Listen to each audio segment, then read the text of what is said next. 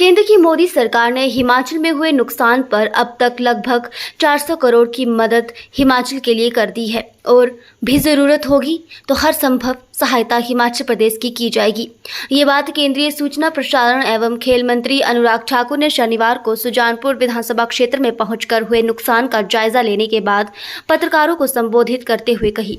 उन्होंने कहा कि केंद्र की मोदी सरकार हिमाचल के लिए दिल खोलकर मदद कर रही है। 13 बटालियन NDRF टीमें हिमाचल में तैनात की गई है।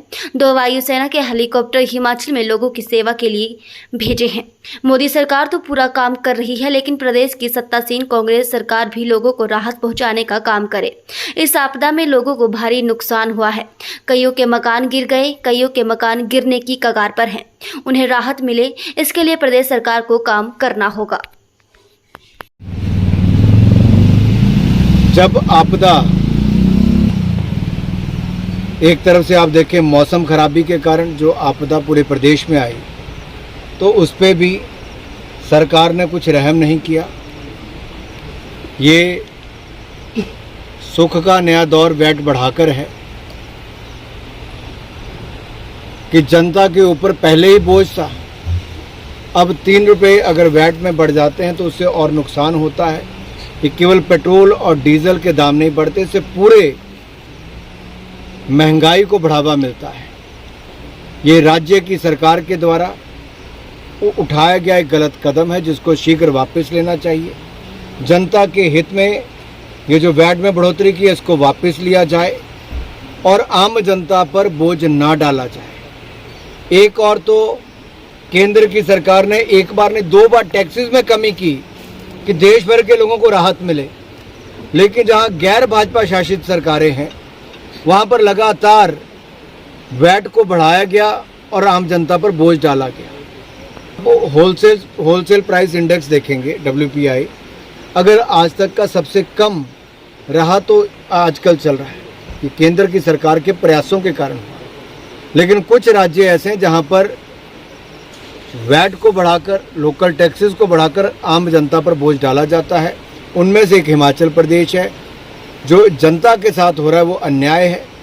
पहले इंस्टीट्यूट्स को बंद किया गया, फिर लोगों को राहत नहीं दी गई। जो कोविड के समय लोग लगे थे, जिनको नौकरियां मिली थी, उनको भी मेडिकल स्टाफ वालों को छुट्टी कर दी गई है। ये सरकार आने से लोगों के दुख बढ़े हैं, सुख का कोई नया दौर नहीं। ट्रेनिंग वॉल ही निकल गई है, नीचे घरों को खतरा खड़ा हुआ है। दूसरा, केंद्र सरकार की ओर से अब तक लगभग 400 करोड़ रुपये से ज़्यादा की सहायता हिमाचल प्रदेश की मोदी सरकार ने की है।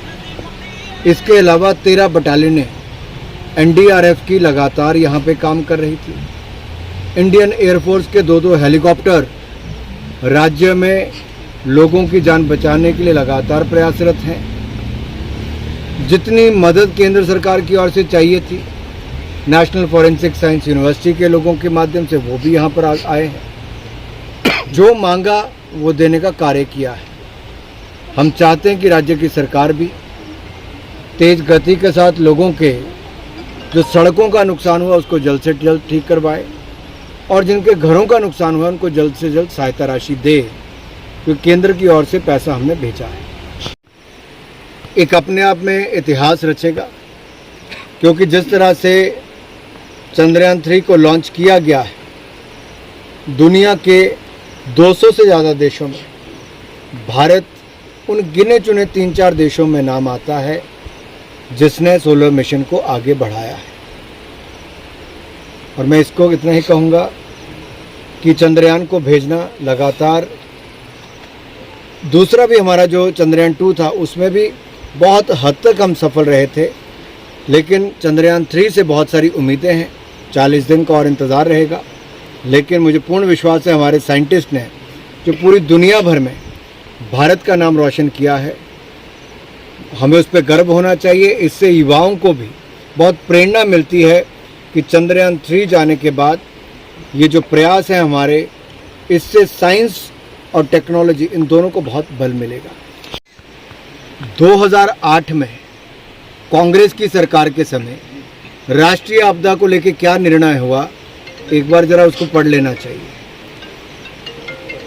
और मैं इतना ही कहूँगा, हमने मदद हिमाचल की बार बार की है। मोदी जी ने हिमाचल को सदा प्राथमिकता दी है। विकास के प्रोजेक्ट तो दिए ही, लेकिन जब भी मदद की आवश्यकता पड़ी तो सबसे पहले आगे बढ़ चढ़कर मोदी जी की सरकार आई। मोदी जी ने स्वयं मुख्यमंत्री से बात की, हम सब लोगों को भी कहा, हम सब लोग भी फील्ड में हैं और हम सब प्रयास करें कि इसमें आपदा के समय इस संकट से निकालकर हिमाचल को लाया जाए। कोई मदद केंद्र सरकार से होगी, हम वो कर रहे हैं। सर चंद्रयान लगता है कुछ लोग ऐसे हैं जो देश में शांति नहीं देखना चाहते, उनमें कांग्रेस पार्टी है, उनके नेता हैं।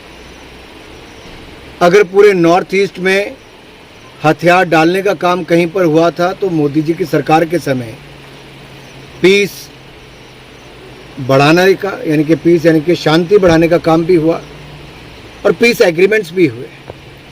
बहुत सारे लोगों ने जिन्होंने हथियार उठा रखे थे उन्होंने हथियार डालने का काम किया है। ये मोदी जी की सरकार के समय हुआ। पिछले 10 दिनों से मणिपुर में कोई अप्रिय घटना नहीं घटी है, शांति है।